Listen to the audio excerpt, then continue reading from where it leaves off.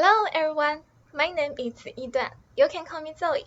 Today, I'm going to show you with a research investigating how the event structure shapes our memory for individual items. There is a paradox. We always encounter multiple things. However, we only have limited cognitive resources. Therefore, our brain must involve some intelligent ways to help us represent the outside world.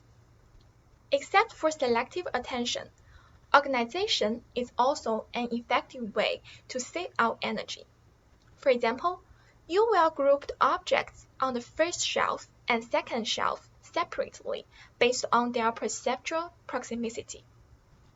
And it's easy for us to summarize. There are less objects on the first shelf and more books on the second shelf. Yet, things are not always static. In our daily life, we always encounter a continuous stream of information. Just like the film, we will remember past experience as discrete events, indicating that people use the temporal structures to organize our information. Therefore, we wonder how these higher-level temporal structures will influence our memory for individual items. We investigated both the perceptual structures that create those events and the statistical structures that comes from those events. First, we ask, how do the perceptual event structures influence our memory quality for individual items? There are three possible predictions. The event structure may increase or decrease our memory quality for items at the boundary, or it may have no influence on it. In our experiment 1, we presented objects sequentially with different colors, and participants were asked to remember the exact color of each object. Each object will be presented on the screen for 2 seconds, and they need to press the button as soon as they think they remember it. Critically, to create the event structure, we also presented a pure tongue from either side of your ear just before each object, and the side of the tongue will decide which hand you should use to press the button. We remain the auditory context the same for 6 objects and switch it after that. Moreover, the object category will also change in the same way to create this event boundary. Therefore, the object at first position will be defined as the boundary item, while the rest will be defined as the non-boundary items. Okay, let's see what it looks like. For each block, you will first take the study task. You will hear a sound coming from either side of your ear, and then you will sort object. And you need to press the button as soon as you think you remember the color.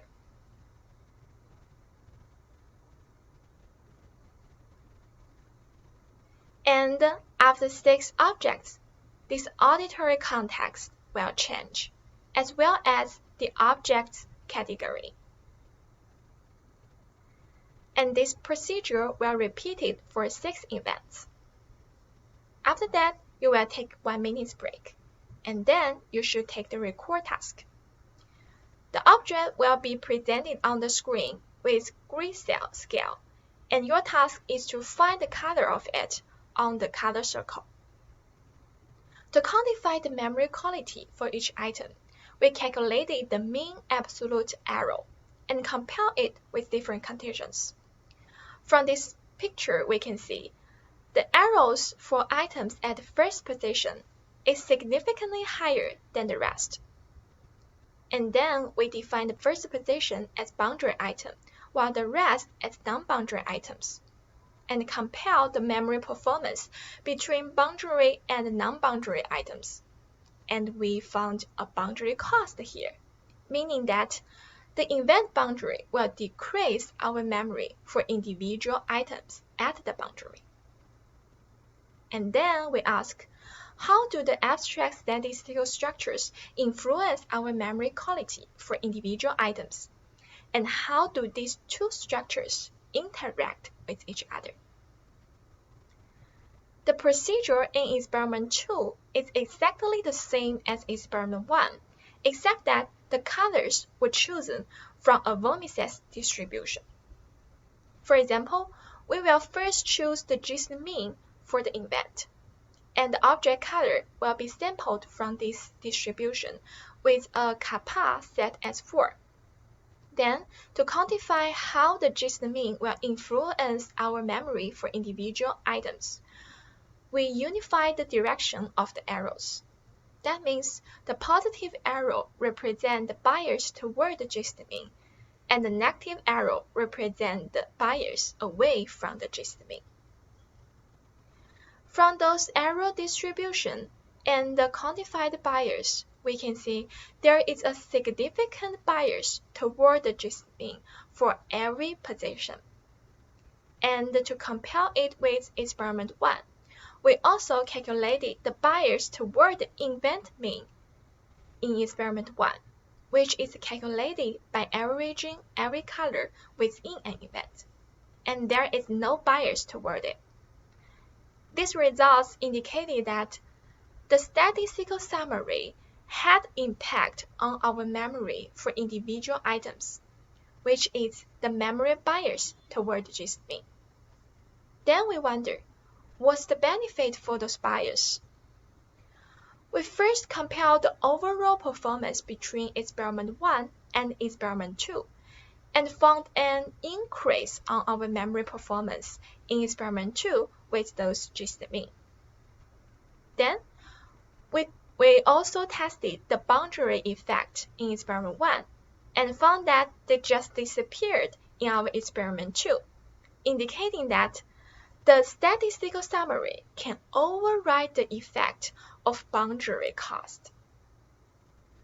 Okay, these two results indicated that the temporal structure have impact on our memory for individual items in an adaptive way. But wait, previous researchers actually found the boundary strengths for items and source memory. Why did you find boundary cost here? Is the boundary cost mainly caused by artifacts in poor memory? Since the mean error in your experiment 1 is too high and much higher than experiment 2. To rule out this explanation, in our experiment 3, we shortened the objects within each event and also the total number of events in each block. Moreover, we also increased the encoding time into 3 seconds for each object, and we also add a confidence rating in our record task after participants confirm their answer. Let's see the results. Ta-da! We replicated the boundary cost with a much better performance in our experiment 3, indicating that the boundary cost is not caused by the artifacts in poor memory. More interestingly, we also found a boundary cost of the confidence rating, indicating that participants were aware of their worst memory for boundary items. But they may still argue, we didn't use the similar object within an event, so the boundary cost in your experiment may be caused by it's very hard for us to distinguish objects with the same category. So, does the boundary cost only exist in the same category events? To answer this question, we use totally different objects in our experiment 4. And we still replicated this boundary cost here, with even a much better memory performance. So, these results indicated that the boundary costs not only exist in the same category events.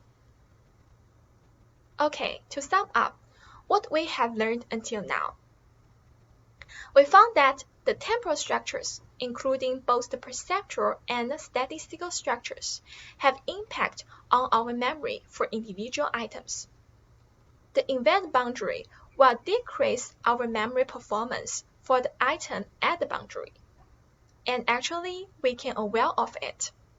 However, people can use the statistical summary to help us increase our memory performance and even override the effect of the boundary. So, then what we can do next? Actually, there are a lot of questions that haven't been solved. For example, how to explain the boundary cost for memory quality? How does the statistical structure compensate the boundary cost? And what's the neural basis for precision memory? If you are also interested in this question, please feel free to reach me out. I would be glad to talk with you. And finally, thanks for my collaborators. Without them, this won't come true. Also, thanks for Dr. Lux Peacock and people in Loopy Lab. Thanks for listening.